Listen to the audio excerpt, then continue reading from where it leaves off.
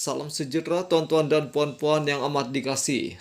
Hari ini tuan-tuan dan puan-puan, pasti Zaid Hamidi, Ismail Sabri, Tokmat dan banyak lagi yang terkejut.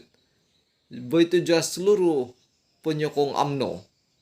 Ahli AMNO yang ada 3 juta lebih tuan-tuan dan puan-puan pasti terkejut dengan berita ini. Kenapa aku bilang terkejut? Karena sebelum ini memang tidak pernah berlaku hal ini tuan-tuan dan puan-puan. Tidak ada satupun menteri yang berani berkata seperti ini di dalam parti AMNO tuan-tuan dan puan-puan. Tetapi Khairi Jamaluddin pada kali ini memang benar-benar memberanikan diri beliau untuk mengatakan ini kepada media, kepada umum. Dan seluruh Malaysia, seluruh dunia sudah tahu selepas dia umumkan perkara ini tuan-tuan dan puan-puan. Khairi Jamaluddin berkata dia mahu menjadi Perdana Menteri. Itu pengakuan terbuka daripada Khairi Jamaluddin. Selama ini Zaid Hamidi pun tidak berani untuk mengatakan dia mahu jadi Perdana Menteri. Begitu juga Ismail Sabri Yaakob dan semua yang lain tuan-tuan dan puan-puan. Tapi Khairi memang berani tuan-tuan dan puan-puan. Rasanya Khairi Jamaluddin atau KJ adalah pemimpin AMNO yang pertama mengaku secara terbuka dirinya mau jadi Perdana Menteri. Sebelum ini, walaupun seseorang pemimpin AMNO itu memang diketahui sedang merancang untuk menjadi Perdana Menteri atau berkedudukan makin hampir dengan kursi tersebut, tetapi tidak pernah ada yang secara terbuka mengaku mahu jadi Perdana Menteri.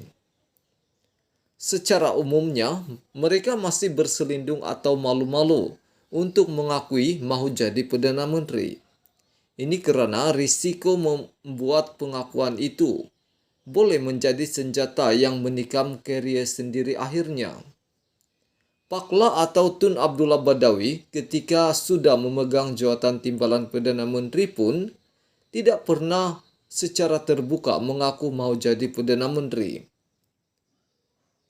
Beliau ketika itu tetap menjadi timbalan yang setia kepada Tun Mahathir Mohamad sehinggalah diserahkan jawatan itu kepadanya pada tahun 2003 tuan-tuan dan puan-puan.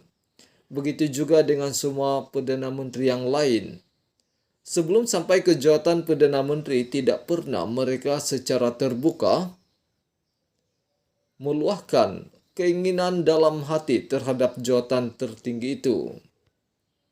Ismail Sabri Yaakob sebelum jadi Perdana Menteri tidak pernah kita dengar ada mengakui secara terbuka mau jadi Perdana Menteri. Begitu juga dengan pemimpin lain seperti Hishamuddin Hussein misalnya. Walau diketahui beliau ada cita-cita ke arah itu dan sentiasa pula berusaha meningkatkan kariernya dalam AMNO, tapi tidak pernah walau sekalipun mulutnya mengeluarkan kenyataan mahu jadi Perdana Menteri. Lain benar nampaknya dengan KJ tuan-tuan dan puan-puan. Belum pun memegang jawatan timbalan Perdana Menteri atau timbalan Presiden AMNO. Bahkan beliau tiada apa-apa jawatan dalam hierarki parti ketika ini. Dan sedang berjuang untuk memegang kerusi Sungai Buloh pada 19 November ini. Luahan keinginan menjadi Perdana Menteri itu sudah pun diluahkan oleh Khairi secara terbuka tuan-tuan dan puan-puan. Kalau orang Sungai Buloh menangkan saya katanya Sungai Buloh bukan hadnya. Saya bawa orang Sungai Buloh satu hari nanti. Kita pimpin Malaysia insya Allah kata Khairi tuan-tuan dan puan-puan. Dengan takdir Allah, dengan sokongan daripada rakan, satu hari nanti saya mau memimpin AMNO, kata KJ. Satu hari nanti saya mau menjadi Perdana Menteri Anda untuk membangunkan negara ini. Tapi saya mesti menang di sini dulu, kata calon Barisan Nasional itu, yaitu KJ. Semasa ceramah di Taman Saujana Utama Sungai Buloh malam tadi tuan-tuan dan puan-puan. Tidak salah lagi tujuan KJ meluahkan keinginannya itu ialah agar pengundi Sungai Buloh tidak ragu-ragu untuk memberi kemenangan kepadanya pada pengundian 19 November ini. Mungkin ini senjata terakhir KJ untuk memenangi kursi Sungai Buloh, memandangkan peluangnya untuk menang lagi masih samar. Berikutan majoriti kemenangan PKR di kursi tersebut pada PRU 14 lalu adalah lebih 26.000 undi, tuan-tuan dan puan-puan. Meskipun kedatangannya ke Sungai Buloh setelah diketepikan daripada Rembau, setakat ini disambut baik oleh pengundi, tinjauan juga mendapati peluangnya untuk menang masih lagi 50-50, tuan-tuan dan puan-puan.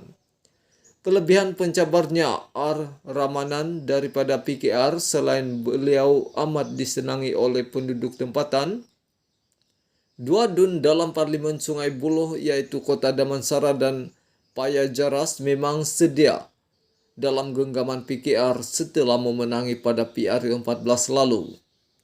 Paya Jaras diwakili oleh Khairuddin Othman, manakala adun Kota Damansara ialah Satiri Mansur.